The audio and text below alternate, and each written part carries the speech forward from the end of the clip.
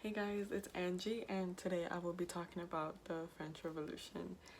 So, let's begin. So, let's talk about what happened before the French Revolution. So, before the French Revolution, the country of France was very rich and was very wealthy until they decided to get involved with the American Revolution. They got into debt. So, the French people were divided into three estates. The first estate was the clergy, the second estate was the nobility, and the third estate was the commoners. The first estate was not taxed because they were the rich people and they didn't have to do anything. The main people that were taxed were the commoners, but when France went into debt, they were getting taxed more and more. As all of this was going on, the weather, there was a lot of hailstorms and just really bad weather was happening.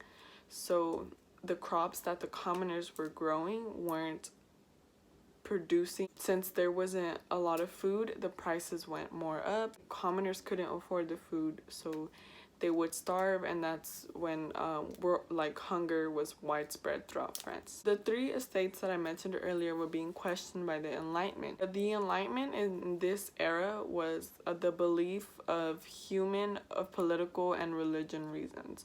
As the commoners started to get upset because they had no food, they had no resources, they were starving to death, they decided that they were going to revolt. In July 14th, 1789, the commoners decided that they were going to invade Bastille Fortress. July 14th ended up being the day of France's independence. Throughout this entire time, King Louis XVI was trying to solve things, but every time that he tried, he failed, and he ended up getting beheaded. That ended up leading to the Declaration of Rights of Men and Citizenship, which ended up declaring that every man was free, that they were equal in rights. After the Declaration of Rights of Men and Citizen, there was a time that was called the Terror. It was a time period. The guillotine, I think that's how you pronounce it, was introduced, which was where many French were being beheaded night and day. And the revolutionary ended as soon as Napoleon got control over the French legislature, which had then ended up him declaring himself emperor